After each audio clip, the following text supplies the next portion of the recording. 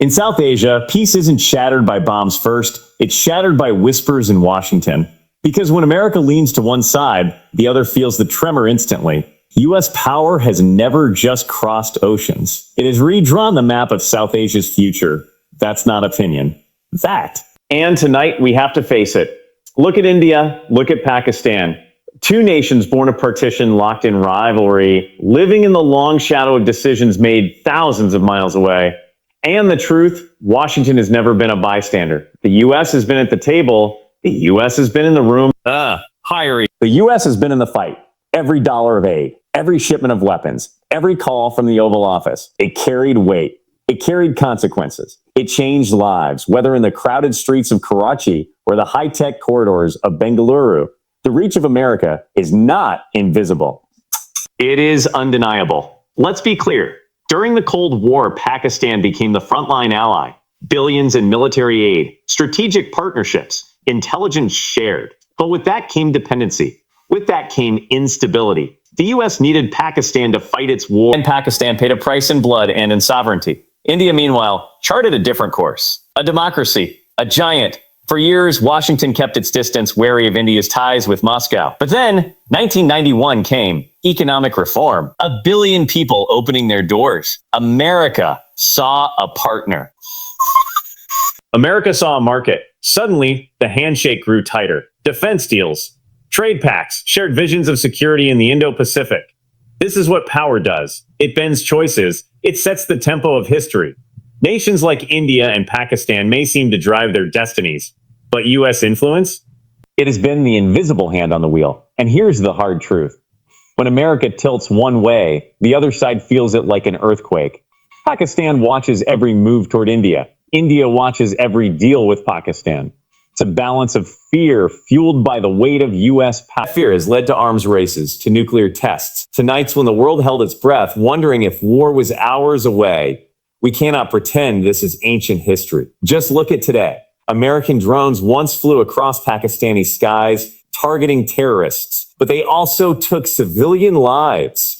Ask the families who buried their children. They'll tell you U.S. power is not abstract. It is painfully real. In India, the story looks different. Silicon Valley and Bengaluru are now intertwined. U.S. investment fuels growth, but it also fuels dependence. Who controls the technology? Who sets the rules? The truth is, even in the glow of progress, U.S. power still shapes the boundaries. So here's the question. Is this influence stabilizing or destabilizing? Is it lifting nations up or keeping them in check? Because history tells us both. It tells us that U.S. power brought weapons to Pakistan that fueled conflicts. It tells us U.S. power brought trade to India that lifted millions. Both stories are true. Both matter. And here's why we cannot look away. South Asia is not just geography. It's 1.5 billion lived. It's the front line of democracy and extremism, of poverty and innovation, and America's role there. It has already written chapters that cannot be erased. U.S. power doesn't just cross oceans. It redraws futures. It has done it before. It is doing it now. And the people of India and Pakistan live with that truth every single day. That is not history in a textbook. That is the air they breathe. That is the ground they walk. And the world must decide, will U.S. power be the force that builds bridges or the hand that keeps pulling the strings? Every handshake in Washington echoes in New Delhi and Islamabad. That's not poetry. That's power. That's the truth no one can ignore. When the President of the United States grips a hand in the White House, it isn't just two leaders smiling for the cameras. Not when it comes from the United States. Not when it comes wrapped in billions of dollars, weapons, and whispered assurances. There is always a catch, always a cost, always strings attached. Pakistan knows this truth better than anyone. In the Cold War, Washington needed a partner. Pakistan answered the call. Military aid flowed in. Jets, tanks, dollars looked like protection, looked like partnership. But it wasn't charity. It was investment in America's own war. Pakistan became the staging ground for Afghanistan, for the fight against the Soviets, for the war on terror. The promise was security. The reality was dependency. And the people of Pakistan, they lived through it. Yes, there were schools built, roads paved, programs funded. But there were also drone strikes, families torn apart, a nation left wondering, who holds the real power here? Who decides when the money stops? Who decides when the weapons flow? India's story is different, but the threat is the same. For years, Washington kept its distance. India was too close to Moscow, too independent. But when the Cold War ended, when India opened its markets, America showed up. Promises of partnership, promises of technology, promises of security. And yes, India has gained. The nuclear deal with the U.S. was historic. Trade exploded. Silicon Valley and Bangalore became two sides of the same coin. But let's be honest, these promises also came with pressure to align with Washington's vision, pressure to stand against rivals, pressure to play by America's rules. Security, yes. Sovereignty, tested, that's the cost. When you take the promise of U.S. security, you inherit U.S. expectations. You inherit U.S. demands. And slowly, that security begins to feel like a leash on choices, a leash on independence, a leash on the very idea of freedom. We see it again and again, a terror attack, a border clash, a nuclear test. America rushes in with statements, with aid, with threats, always promising stability, always warning of consequences. And every time India and Pakistan are reminded, your peace is tied to America's will. But here's the raw truth. Dependency weakens, dependency divides. It leaves nations waiting for help that may never come. It leaves people doubting whether they can stand on their own feet. And in South Asia, that dependency has fueled mistrust, fueled conflict, fueled fear. Ask a farmer in Punjab if America's security guarantees changed his life. Ask a mother in Islamabad who lost her child to a drone strike. Ask a young coder in Bangalore who wonders if his future depends on Silicon Valley more than his own government. They'll tell you, security on paper doesn't always mean security in reality. They shift with elections. They shift with interests. One president's ally becomes the next president's liability.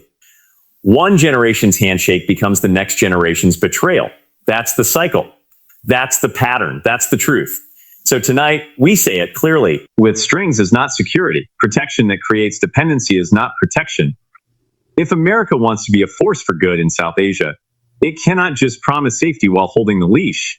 It cannot just write checks and expect loyalty in return. Real security is not given. It is built. It is built. It is owned. It is earned by the people themselves. Anything else, no matter how shiny, no matter how powerful, comes with a price tag too high to pay. America's promises of security often arrive with the price tag of dependency. And until that changes, the future of India and Pakistan will always hang on someone else's terms, not their own. In the rivalry between India and Pakistan, U.S. influence has been both the fuel and the extinguisher. That's the truth. That's the hard reality. And for decades, it has played out on the world stage with consequences that reach far beyond South Asia. Fuel and extinguisher.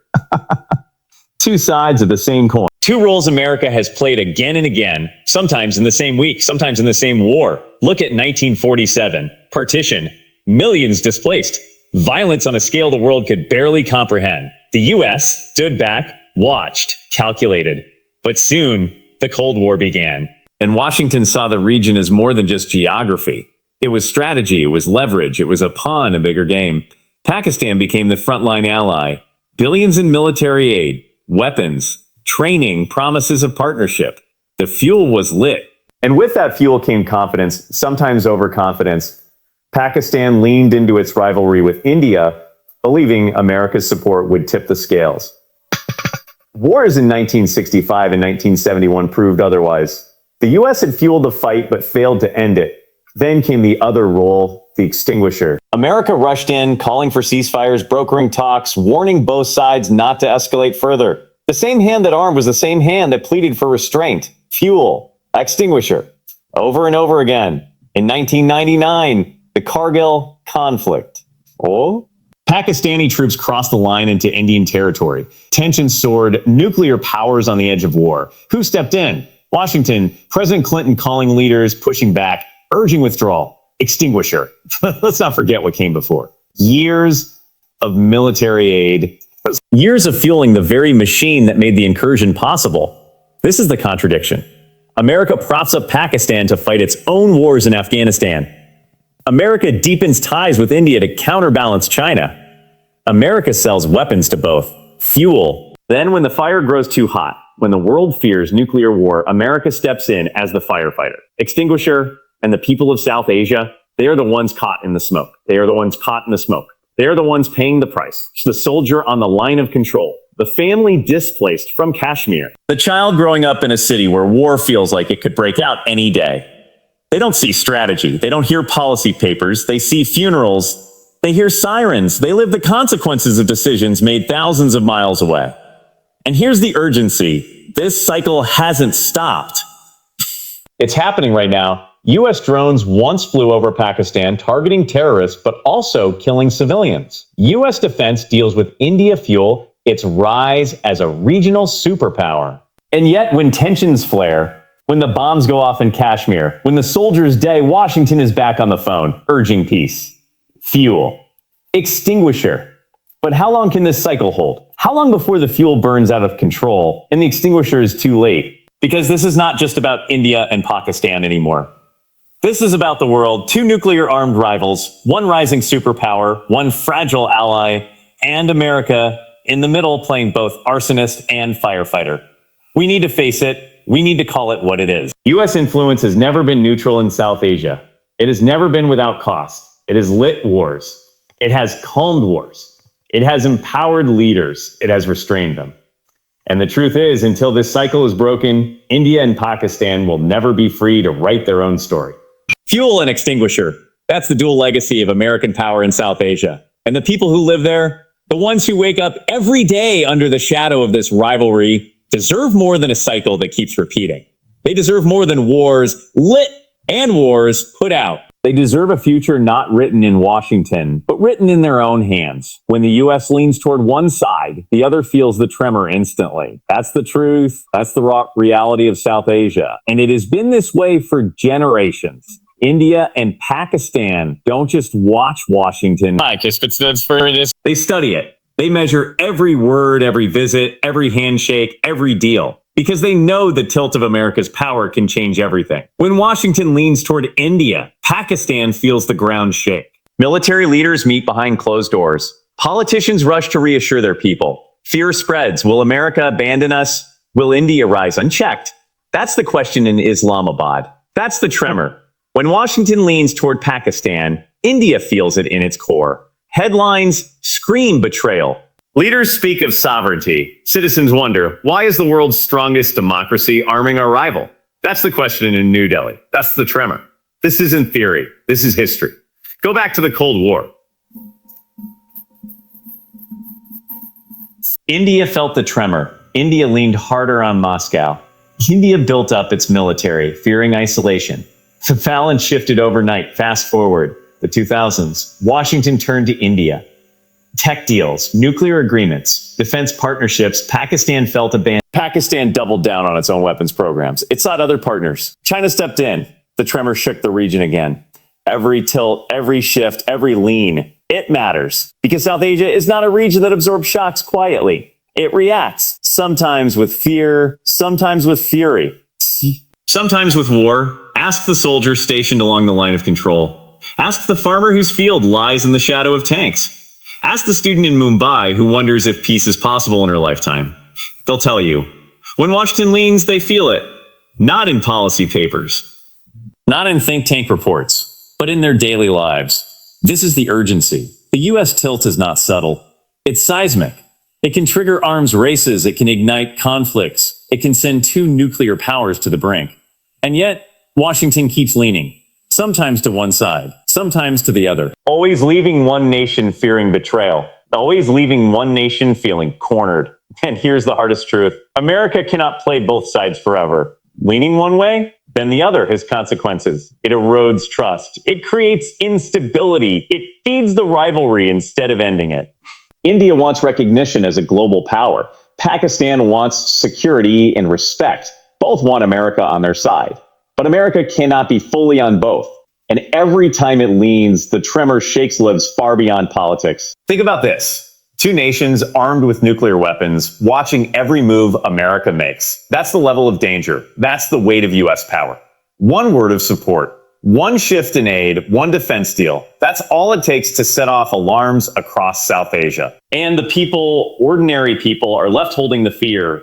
Mothers who pray their sons won't be called to fight. Children who hear explosions in Kashmir and wonder if tomorrow will be worse. Citizens who want peace but live with the tremors of U.S. decisions. So let's say it clearly. America's lean is not just policy. It is power. It is pressure. It is the tremor that decides whether peace holds or shatters. When the U.S. leans toward one side, the other feels the tremor instantly. And until that truth is faced, until the tilt stops shaking the ground beneath India and Pakistan, the region will remain on edge, waiting for the next shift, waiting for the next tremor, waiting to see who Washington leans toward next.